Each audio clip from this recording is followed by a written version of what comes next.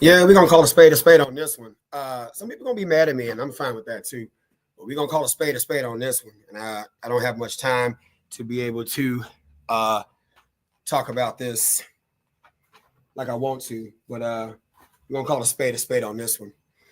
Um, this is the tale of two moms who been in situations regarding their children. And those of y'all who know me, I talk about children and child advocacy and a variety of other different things that I talk about. So I know I have this streaming on various channels, but I'm not just about firearms. Okay, I'm about stuff regarding child advocacy, parenting, a variety of other different things.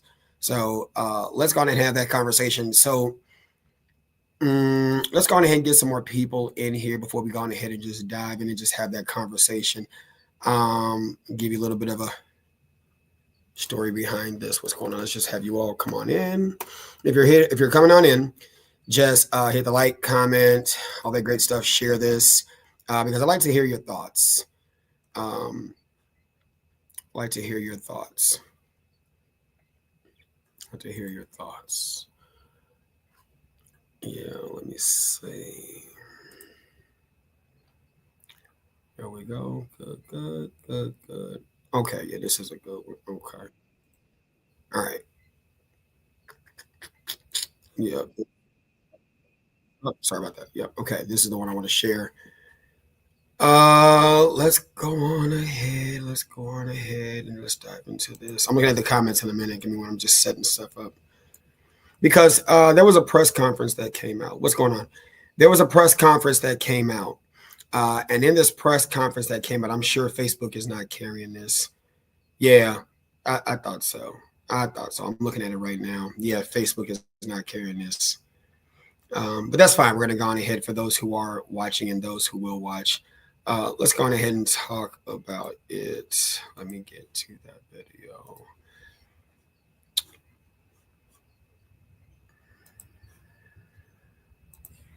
Kind of one of the reasons I do talk about stuff like this. Hey, what's going on, James? What's going on, TNT? You said you really think they realize they're about to lose their future. I don't know what that means, Mr. Notorious. Type that again so that I can go on ahead and read that in its entirety. I don't understand what you were saying. Yeah, do me a favor, tap the screen, get the likes up, or tap the like button, share this, share this, share this. I want the numbers. Hey, Toy Toy, what's going on? What's going on? What's going on? All right. So before we go on ahead and dive into it, here we go. Here's a disclaimer: video and other authorized use of other people's content is authorized pursuant to Title 17 United States Code Section 107 Copyright Law for fair use, criticism, teaching. Again, I'm not a lawyer. This is not legal advice. I'm a criminal justice lecturer and instructor teaching a variety of disciplines, and this commentary is for educational purposes only. Please like, comment, share, and let's get into the conversation. So we are talking about the situation where the mother of two kids who the kids lost their lives in a Motor City casino garage. It was a sad story, and especially I feel a lot of sympathy for the children, a lot of sympathy for the children. I don't know if it's sympathy or empathy, both sympathy and empathy for the children. Okay. That was a sad situation. This did not have to happen.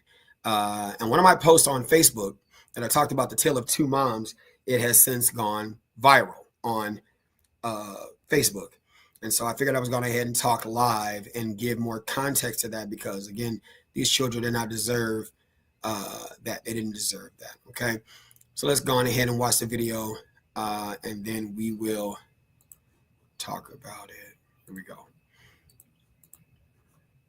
The sibling tragedy that shook Metro Detroit after two kids died of apparent hypothermia in a casino parking garage. Welcome to 7 News Detroit at 6. I'm Carolyn Clifford. I'm Simon Shakette. This story has devastated our area. Just moments ago, 7 News Detroit reporter Darren Cunningham talking with the mother of those two children. Darren joining us live right now from Detroit's west side with more from their conversation. And Darren, so many people talking about this. This is simply heartbreaking. Very heartbreaking, Carolyn Simon. Moments ago, I did have the opportunity to speak to Tatiana Williams, who lost her 9-year-old and her 2-year-old, also in the vehicle at the time, her 4-year-old and her 8-year-old. Also, Tatiana's mother and her 2 siblings, a 13-year-old and a 17-year-old, also stay in that vehicle. She tells me that she has been homeless for 3 months and that she is trying to do better for herself, trying to get back on her feet. She told me she's a CNA, a medical assistant, and that she was actually about to start a new job tomorrow. And so I did speak with her, and I asked her, one of the questions I did ask her was to take me back to yesterday. Yesterday, I woke them up to wake them up from school. My son wasn't moving. And I kept saying, Freddie, please get up. Please. Please, for me, just get up. Don't do this to me. And I tried to give him CPR because I'm a senior and a medical assistant. I've been working there since I was 17. I tried to give him CPR and I was just giving him CPR. I just kept saying, Freddie, don't leave me. Don't leave me, please. I saw the green and brown stuff come out of his mouth. I instantly rushed him to the hospital. I was yelling out the window, stop, stop, stop. We got to get through traffic. My baby, he's dying. We get to the hospital. I told valet, can you go get some help? He took too long, so I got out the car to get help. They came to the car, instantly grabbed my baby out and said, get a stretcher. He's not breathing. Help. Cold blue. Everybody tried. I didn't even know my 2-year-old was dying. I was in it with my 9-year-old. And they brought her in right after they pronounced him dead. And my mama came to me, she said, Yaya. That's what we call her, but her name is Amelia. We just call her Yaya. And they said she wasn't breathing. And they pronounced her dead too. I asked everybody for help. I called out of state. I called cities I didn't know. I called cities people asked me to call. I even asked Detroit. I've been on cam list for the longest.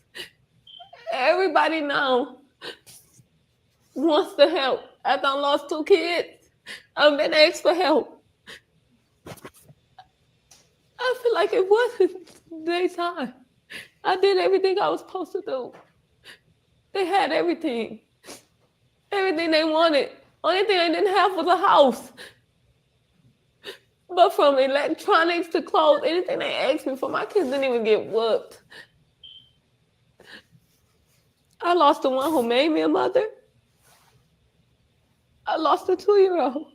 It hurt losing 2 kids in one night. You know, I don't wish this on nobody. And if you can get help, please go get help. Because I don't want nobody else to go through what I'm feeling. Just wherever you can get help from, if it's not from the city, the state, no other city or state, just go. Like, you don't have to suffer. It's very, very, very heartbreaking. The new McFall Brothers Funeral Home is covering the children's burial plans and funeral expenses. Williams, 29, she's 29 years old. She is also receiving help from Detroit Power Detroit, that organization. That's the building that we're actually standing outside of here, where we spoke to her not long ago. And so anyone who is interested in helping her family, we'll be sure to get that information on our website, WXYZ.com. And 7 News Detroit will have more from Williams on later versions of 7 News Detroit. Live on the West Side, Darren Cunningham, 7 News Detroit. Darren, our hearts just go out to that family. So much pain there. It's so difficult to watch her go through that and to explain what she's been through and to still find a way to share that message. All right, so I'm not going to play the whole thing because let's go to this. The press conference with the Detroit police chief and the mayor. See, there's what she's saying, and I do have notes on what she's saying, but let's look at it from the investigative aspect of it because I got questions. Now, some people would ask, where was the father? Where was the father? So let's actually go to that first. Let's go to that first. And then when we go to that, it'll bring some context. It'll bring some things to light as to his side of the story. and then we'll go on ahead and dive in. Turn to our other big story of the night. A father speaking to us tonight after learning 2 of his kids died from exposure to the cold in a casino parking lot. Yesterday, 7 News Detroit reporter Darren Cunningham spoke to the mother of those 2 kids about the tragic situation. Yesterday, I woke them up to wake them up from school. My son wasn't moving. And I kept saying, Freddie, please get up. Please. Well, tonight, Darren is getting the father's side of this story, hearing about the moment he learned 2 of his children had passed away. Darnell Curry Sr. wiped away tears while talking with me about his children, Darnell Jr. and Amelia, and the distressing phone call he says he took from their mother, Tatiana Williams, on Monday. I went to the gym. As soon as I got on the treadmill, she called saying, can I make it to the hospital?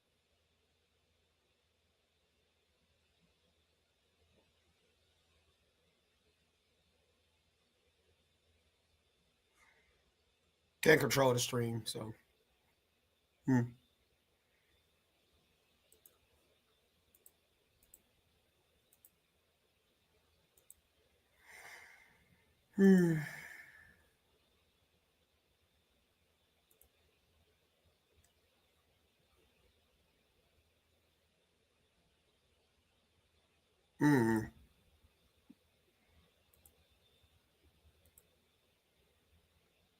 Yeah, I don't know why it froze. I don't know. All right, let me get to another window. All right, let's go on ahead and watch this, and then we'll check back with that stream. Here to give an update about the tragic situation that happened with 2 of our young people, children, that preliminarily it looked like they froze to death. Darnell Jr. and 2-year-old Amelia died while sleeping in a vehicle at the Hollywood Casino at Greektown parking garage. Investigators say the cause appears to be hypothermia, a tragedy stemming from homelessness. I tried. I asked for help. I asked everybody, even people out of state. But I tried. I tried to keep hotels. I tried to pay people to stay there. It wasn't.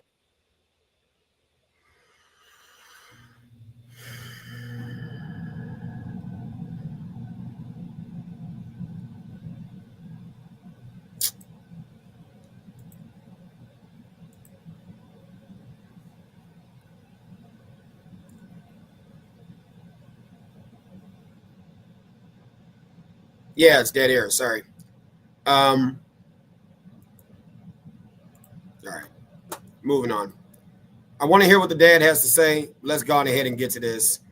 I had a chance to listen to the press conference from the Detroit police chief, and it revealed some other information that made me have questions. Here we go. Here to give an update about the tragic situation that happened with 2 of our young people, children, that preliminarily it looked like they froze to death, died from exposure to hypothermia. So everything that I'm going to give you at this point is preliminary in nature as we continue with our investigation. So therefore, it could be subject to change, and I'll give further updates later. But the children were asleep in a car on the 9th floor of a casino parking structure, the Hollywood Casino. The mother realized that her 9-year-old son wasn't breathing. Also, previous to that, she had already called a friend, another, close relative, to help, because with the vehicle not running, trying to figure out whether it was a mechanical failure, it had ran out of gas. So they were already on site in another vehicle, attempting with gasoline to get the vehicle started. When the mother realized that her son wasn't breathing, she did make a 911 call, but the friend in a Buick immediately transported the 9-year-old, put him in the car and transported them to Children's Hospital. While en route to Children's Hospital, as they checked on the other children that were in the van, and it was a total of 5 children in the van, They realized at some point that the 2-year-old wasn't breathing. And so a telephone call was made to the friend that was transporting the 9-year-old at Children's Hospital to return so that the 2-year-old could be picked up. Once the vehicle returned, the Buick, we have videotape where we see the whole entire family get into the Buick, and they all were transported to Children's Hospital. With that, like I said, the call came in at 12:12 from the mother. It was very limited information that was given to our 911 call taker as to the location of where everything was happening. It was just at the casino, no description of the vehicle, etc. Our call taker continuously kept the line opening, trying to identify where in the description and what was going on. A 911 call taker called the mom back numerous times, and ultimately we received a call from the hospital that they had 2 children there who were deceased. So our officers responded to the. Let me pause it right here and let me go back because I got questions. I got questions. Here we go. Also, previous to that, she had already called a friend, another, close relative to help because with the vehicle not running, trying to figure out whether it was a mechanical failure, it had ran out of gas. So they were already on site in another vehicle, attempting with gasoline to get the vehicle started.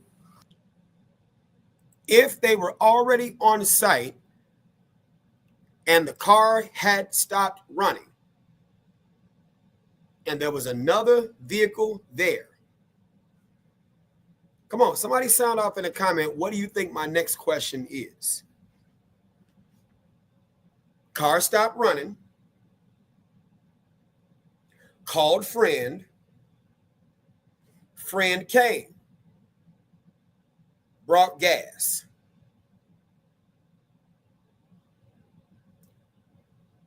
What's the next question you think I have?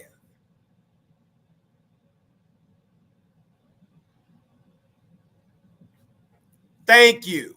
Thank you, Clock That. Come on now. I'm just saying somebody was there to help with the vehicle. Why the F you ain't help him and take them somewhere else? Why not take the babies someplace else?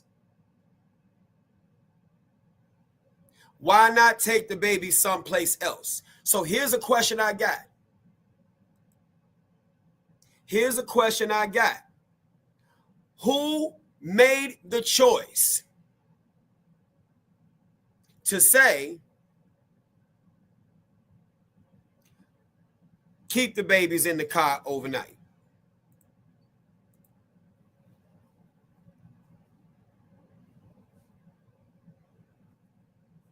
Who made the choice to keep the babies in the car overnight?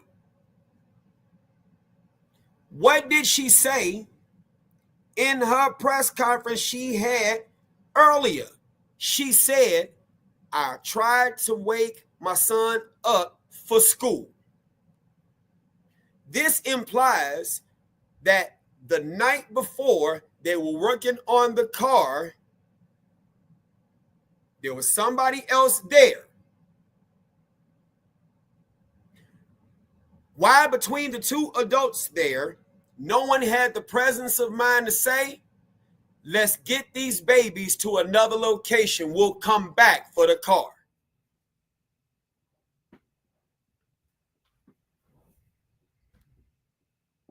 Because all the mamas and all the black women in the community were coming after me for thinking like this.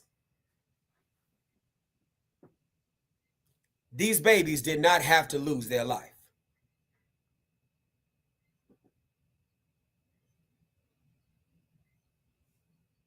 The babies didn't have to lose their life. Let's continue.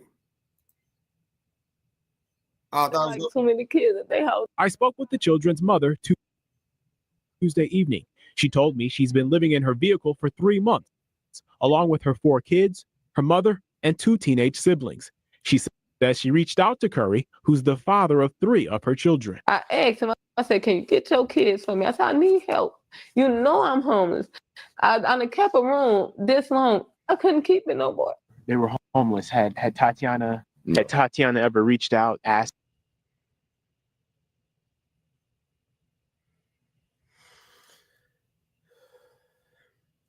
I'm trying to give it a chance to play because I already watched this.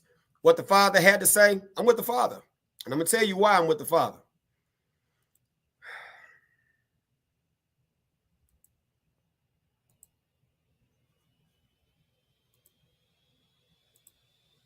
I don't know. Asking to. No, she did not. All she said was, can I get them? Can I get them just to get them? And can I get them because y'all homeless? That's 2 different things. She said she had been homeless for 3 months. See, that's what I saw, about 3 months, but she ain't never said nothing to me. Nothing. So all them other sob stories, they can cut all that. No, she did not. Curry, who lives in Novi, says Williams never specified why she wanted to drop their kids off to him. And here's this. He is right. There is a huge difference between can I get them and can I get them because I'm homeless. Here's the reason why I will understand. Now, I'm not putting up dad for father of the year.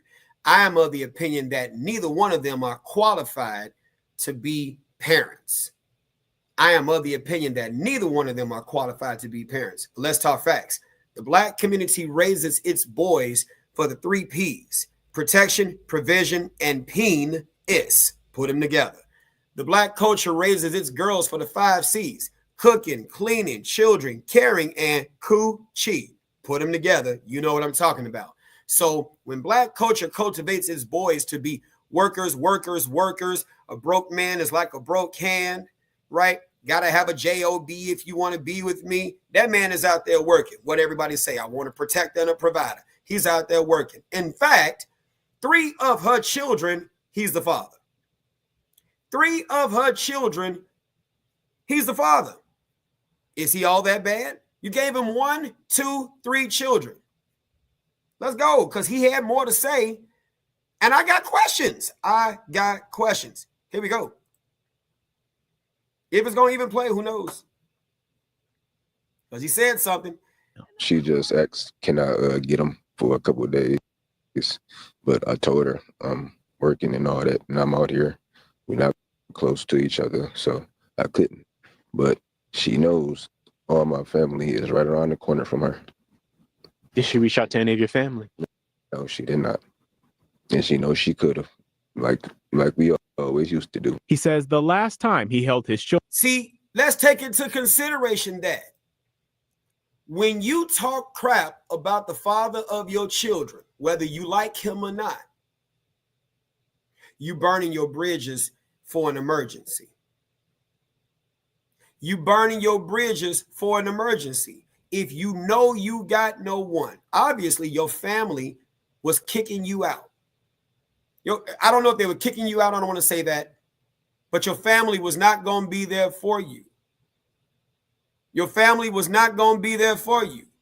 You probably just spent so much time telling this man, you ain't ish, you ain't going to be ish.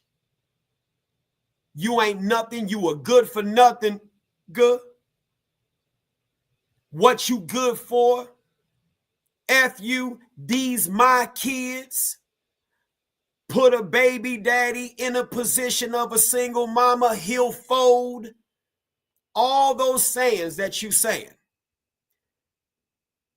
And then you call him and suddenly expect for him to forget all those things and come get them. Okay, Mike, but still, no.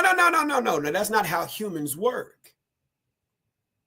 And then there is something to take into consideration when you have all these children. Each of these children costs money. That's a space. That's a place. That's an expenditure. That's an expenditure. And what does she say? I tried to ask people, could I come stay? They didn't want all these kids in the house. That makes perfect sense. They have a right to say no. They have a right to say no. And they did and should. These are your issues you have to take care of. Come on, Mike McGrew. You can't see your kids type shit. Come on now. When you talk stuff against the father of your children, you burning your bridges in the event there's an emergency. So his attitude, so to speak, and I'm not elevating him to Father of the Year, but when you do that, you burning your bridges.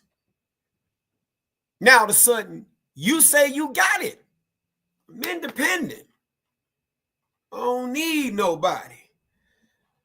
Okay. One of the 3 leadership styles: participating, delegating, directing. I'm delegating the physical responsibilities to you. Now, you said, did he know they were living in the car? Probably sure he did. As a person who has lived in a car, living in a car ain't all bad. After all, remember, here we go. You said, respect your king, respect your queen, or your whole house gone. We can debate that. I'm not trying to say too much, but being a homeless mother, there is plenty of help for mothers than there are for males in the country. Come on, TNT, let's talk that stuff. You are in the Motor City. You're in Detroit. It's a liberal city. A liberal city. And the mayor in his press conference said something that was so profound. What good does it do to have services if you don't know they're there? Okay. Maybe you didn't know they were there, right? But all you got to do is call 911. Let me listen. The type we needed here. And then we added a third piece. The angels of this city are our homeless outreach workers. What they are doing out in the cold and talking to our individuals about their problems every day is remarkable. But DPD complained that in the evening they did not have the access to the homeless outreach workers. And so this winter we put the outreach workers on 24-hour shifts, continual service, so that any time of the day or night, DPD can immediately reach an outreach worker and place an individual. And all winter long, I have heard great compliments at the way the Detroit police are working with the outreach team. As people in the city know, our officers do not treat the homeless with a criminal response. They almost invariably go out with an outreach worker talking about where they could go. So, as we look at what happened here, we know this has been a lot colder winter. And the details I'm going to give you are also preliminary. Chief Bedison is examining the side from the police department, but we're also going to examine everything that happened here from a housing services standpoint. And so we're only 18 hours into this, and what I say may turn out to change as we go. But here's what I am told from the housing department that we do know, that this family reached out to our homeless response team on November 25th. They had reached out earlier in the summer and even back into the previous year, but reached out on November 25th, essentially saying they had been living with the family. They were no longer going to be able to keep living with that family and needed a place to go. Family failed her first. Family failed her first. Black culture is a horrible place to rely on for help. Now, that doesn't mean certain Black people in the community won't help. That's not true. I know that is absolutely true. But that help does come with certain stipulations, certain things that a person has to consider. You see what I'm saying? And you got 5 kids? The question that we're going to have is, where are the fathers? Okay, so we know of the 4 children that she has, 3 is the man I just showed you, the baby daddy. Where's the father of the other one? Oh, let me guess. Did you burn that bridge? Did you burn that bridge? Or, here we go, another side. Is he in jail? Has he passed on to another life? Whatever's. Does that make sense? Let's keep going. And in the course of that conversation, there was no resolution reached on where they would go. And one of the things that's important when you call our homeless services folks is that if it's an emergency situation, we send out one of these outreach workers. Because when you're on the telephone, you have people with complicated problems. Sometimes it's hard to figure out exactly what the circumstance is. Is it an emergency? But when a homeless outreach worker goes and lays eyes on the family and sees what's going on, they know exactly what to do. For whatever reason, this wasn't deemed an emergency that caused an outreach worker to visit the family. 3 weeks later, we opened the Family Drop-In Center on December 16th. It was exactly the type of situation we opened it for. We were opening it to be ahead of the worst temperatures of the winter. At least as far as we've been able to determine so far, the family never called back again for service. And that's one part. And the mayor is fair. The mayor was fair with this. The family never called back for service. Here we go. And as far as we've been able to tell, our homeless staff never proactively reached out to say, what happened with your situation? Was it resolved? Or to indicate that there might be a room available. And so we have to make sure that we do everything possible to make sure that this doesn't happen again. And I'm not trying to talk about an individual employee. I'm talking about the system as a whole. Are we doing everything to make sure people in this city know how to access this critical care? And so I have asked Malia Howard, our deputy mayor, and Julie Schneider, the head of Housing and Revitalization Department, to come back to me with 2 weeks, in 2 weeks with plans to review this and address it. One, obviously, is the history, the circumstances on this family. But I want a review of our call center and the housing specialist. I've heard times that people say, I called and they asked me a lot of questions about classification and the like, and I came away confused. I want to make sure that when people call, they get very clear options when that phone call is made.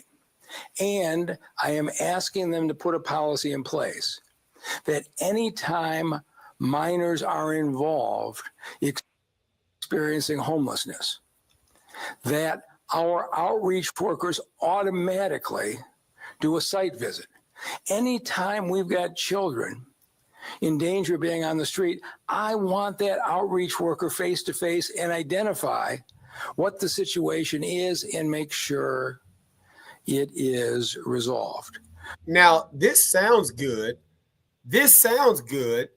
But the problem with this is that anybody who's ever been in the public, police, child protective services, DCFS, whatever the case may be, what's the one thing that we have to rely on to be able to actually act in the best interest of the child?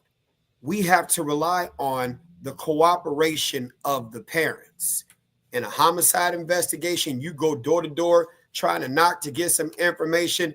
They don't want to tell for fear of retaliation. They don't want you in their business, right? Police get involved. People are worried about DCFS coming to take the children, stuff like that. Like what he's proposing sounds good, but there are some parents who won't even let you in to do the site visit. You damn near need to get the police to force your way in just to find out what's going on.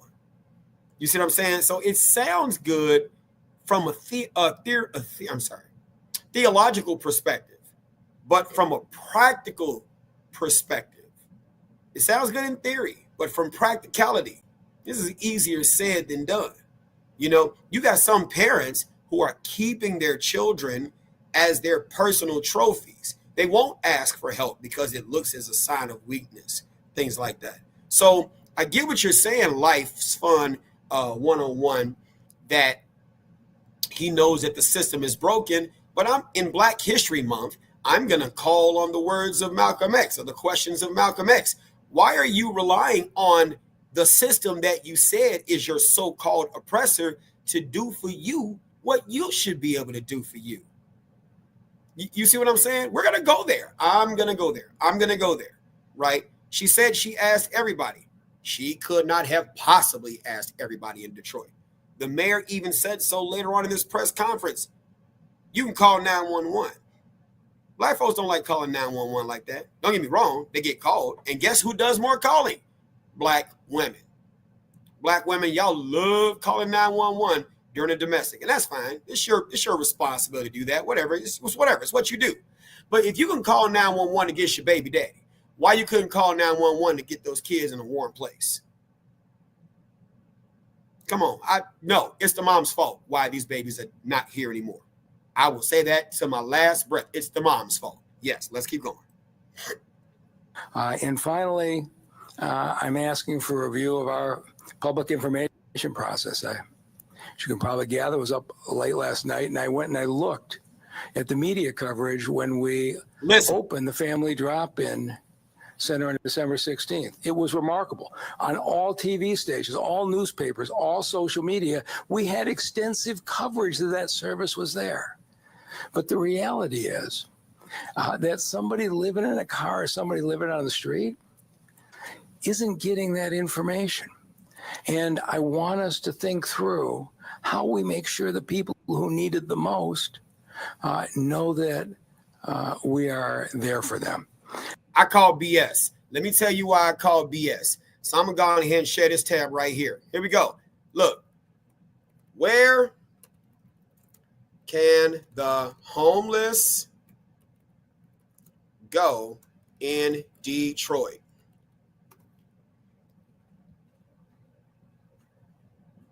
Look at what Google popped up. Homeless Action Network. Detroit shelters and warming centers on the City of Detroit website, right? How was I able to Google this and pop it up? She called 911 multiple times from her phone when her kid was getting ready to leave this earth, but she couldn't Google from her smartphone that same thing. I'm not going. Let's go. The people in this city who are working on this are remarkable. You have got churches, you have got nonprofits, you have got warming centers. You have a lot of people in the city willing to step up and help during the winter. But I think it's really important right now that we just clarify to everybody two simple rules, and we have to do this to make sure it doesn't happen again. If during the day you are in danger of homelessness, you call the hotline. It's spelled in well-publicized 866-313-2520. But if it's after 6 o'clock at night and an incident's happened, you've been pushed out of the house, you're in an emergency situation, go to your police precinct. Because in this city, our police work hand in hand with our homeless prevention folks. And if you get to the police precinct, you don't need to navigate anything. The officers there will greet you and take care of you and make sure you get to the shelter that you need.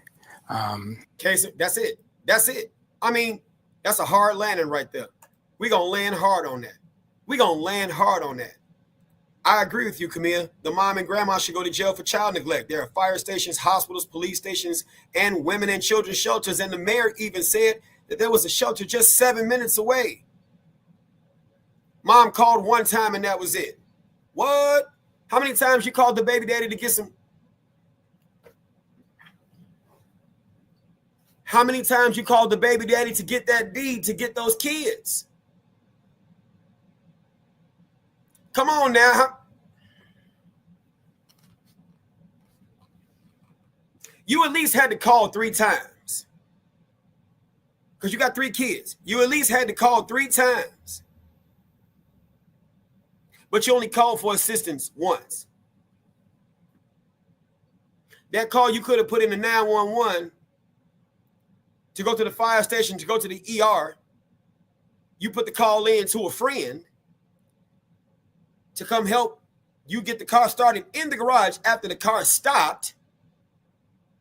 Come on now. I'm going to rewind it back to that part. Sorry. I'm going to rewind it back to that part. Her 9-year-old son wasn't breathing. Also, previous to that, she had already called a friend, another, close relative, to help, because with the vehicle not running, trying to figure out whether it was a mechanical failure, it had ran out of gas. So they were already on site in another vehicle, attempting with gasoline to get the vehicle started. Already on site. Already on site. Already on site. Already on site.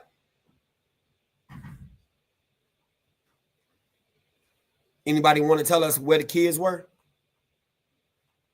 Do anybody want to tell us where the kids were? Kids, we gonna get it figured out. Were the kids sitting in the other car that was running, or were both cars off? Stephanie T, not a bad question. Was this done on purpose because she can't stand her baby daddy? I'm just saying.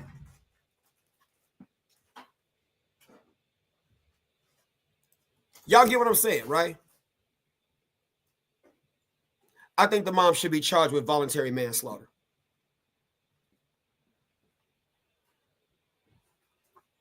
Sorry. I think the mom should be charged with voluntary manslaughter. Let me see if they'll let this play, and then we're done. Children was a month or 2 ago, and that they typically FaceTime. Moments he will miss. And there's a police investigation into this. What is it you would like to see come of this? Obviously, nothing's going to bring back your 9-year-old and your 2-year-old. It doesn't matter to me. Can't get them back, so it's whatever. Darren Cunningham said. Yeah, that's it. Now, people tried to drag the dad for his response. My thing is, these kids did not have to lose their lives. They didn't have to lose their lives. Please tell me, is it developmentally appropriate to keep a kid in the car, 2 years old, sub-0 degree temperatures?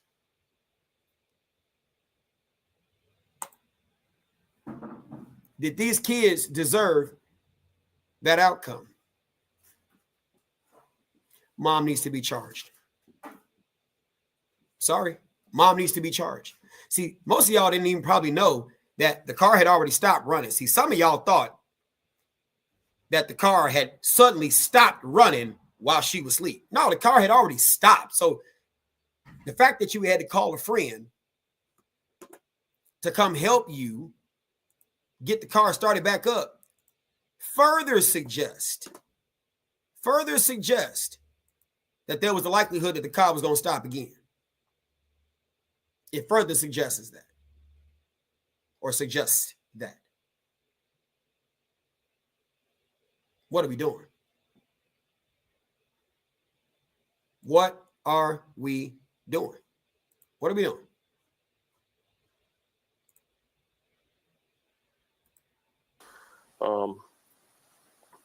When the mother realized that her son wasn't breathing, Listen she to did this. make a 911 call, but the friend in a Buick immediately transported the 9-year-old, put him in the car and transported them to Children's Hospital. That is not what she said. That is not what she said. She said she got in a car and was yelling outside the car with all the kids. That's not what happened. The first person took the 9-year-old to the hospital, and en route to the hospital, had to be called back to come get the 2-year-old. Then they all got in the car. Why you didn't call 911? Why you didn't tell them the location where you were at? You couldn't tell them you were in the Motor City Casino garage? En route to Children's Hospital, as they checked on the other children that were in the van, and it was a total of 5 children in the van, they realized at some point that the 2-year-old wasn't breathing. And so a telephone call was made to the friend that was transporting the 9-year-old at Children's Hospital to return so that the 2-year-old could be picked up. Once the vehicle returned, the Buick, we have videotape where we see the whole entire family get into the Buick, and they all were transported to Children's Hospital. With that, like I said, the call came in at 12:12 from the mother. Did y'all hear her say any of these things? Did y'all hear her say any of these things? In her interview, did y'all hear her say any of these things? I called the friend. Here we go. We're gonna listen to this again.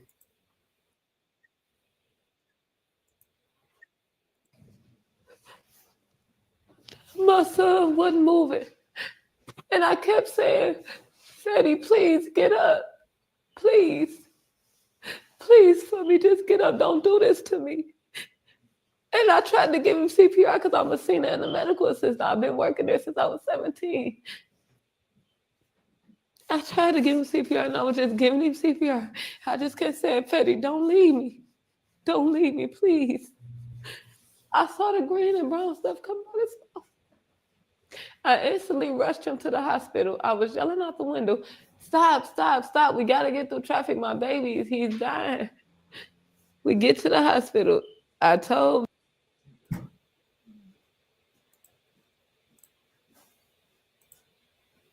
picked up. Once the vehicle returned, the Buick Hospital, while en route to Children's Hospital, as they checked on the other children that were in the van, and it was a total of 5 children in the van, they realized at some point that the 2-year-old wasn't breathing. And so a telephone call was made to the friend that was transporting the 9-year-old at Children's Hospital to return so that the 2-year-old could be picked up. Once the vehicle returned, the Buick, we have videotape where we see the whole entire family get into the Buick, and they all were transported to Children's Hospital. Is that what she just said? Do y'all see the conflicting stories? Let me guess. You gonna give her the excuse / reason that stress has her mixing these 2 events up, right? So stress has her mixing up her statement. stop, stop, stop. We got to get through traffic. My baby. Instantly rushed him to the hospital. I was yelling out the window, stop, stop, stop. We got to get through traffic. My baby, he's dying. We get to the hospital. I told valet.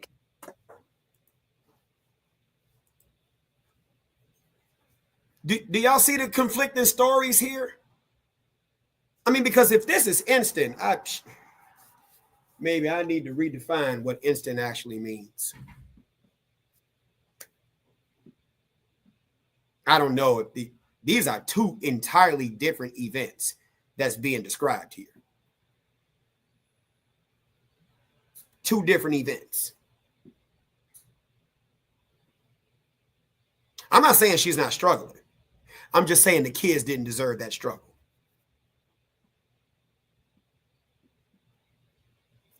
You don't have to like me. You don't have to. These kids didn't deserve that. Hospital. While also previous to that, she had already called a friend, another, close relative, to help, because with the vehicle not running,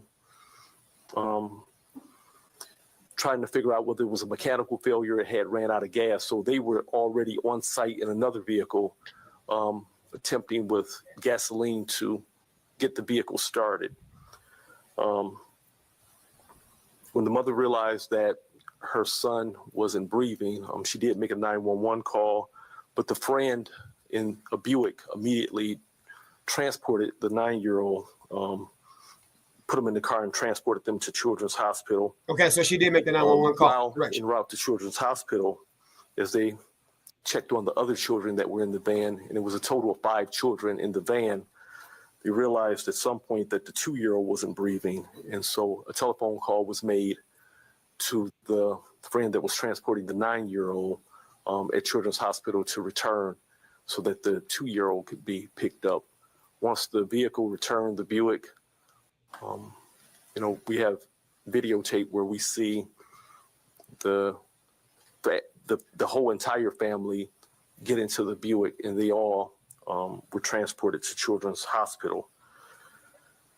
With that, like I said, the call came in at 12:12 from the mother. It was very limited information that was given to our 911 call taker as to the location of where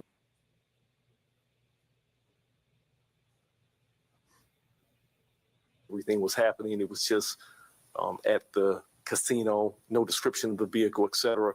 Our call taker continuously kept the line opening, trying to identify where in the description and what was going on. A 911 call taker called the mom back numerous times, and ultimately we received a call from the hospital that they had 2 children there who were deceased. Our officers responded to the hospital. The hospital had notified us at 12:47. All right. Yep. Oh, wait. Okay. Yeah. All right. That's it. That's fine. All right. Oh, okay. There we go. Sorry about that. Oh, maybe I'm gonna keep on playing. Officers, like I said, responded to the hospital, and from there, we continued with the investigation. But you get it. You get it. No, she did not. I agree. All right, so I'm gonna go ahead and end it here. These children did not have to lose their lives. I think the mother should be charged with something. I'm sorry, but these kids did not have to lose their lives, or at least if not charged, there should be a CPS investigation, and she should temporarily lose custody of her other 2 children until she learns the things that she needs to learn to be a qualified parent who's able to find resources. You see what I'm saying? Like the whole excuse, I don't know. Like I wish a mom in Chicago would sit here and say, I don't know where stuff is. Chicago is a huge liberal city. They have a lot of stuff around here. And why I keep using liberal versus conservative? Well, they can't wait to give. Well, things might have changed because now you're talking the so-called migrants versus blacks. There's that issue right there, and black folks saying, well, there's no resources. The migrants were like, hold my beer. We'll take the resources you think they aren't there because we know they're there. You just don't use them. You see what I'm saying? I got a whole lecture on resource scavenger hunts and stuff I've tried to do with black parents with their children, and they ain't want to do it. You see what I'm saying? So I said what I said. Mom should be charged. If mom ain't going to be charged, CPS should come in, take those kids, make her go through those programs so that she can learn what she needs to learn so that these kids can have a better outcome and perhaps survive. Are they going to do it? Probably not. You see what I'm saying? Whether they care about the kids, who knows? I know the family failed those kids. Mom failed those kids. And then her probably having a negative relationship with the baby daddy. That's why she didn't want to call the baby daddy's family. She didn't want to call the baby daddy's family because you just sat there and crapped on him. They probably loyal to him. So now you done burned the bridge. So now these kids are suffering because of your bad relationship handling. Sorry. I said what I said, and you saw what you saw. This is Instructor Mike. I'm out. Peace.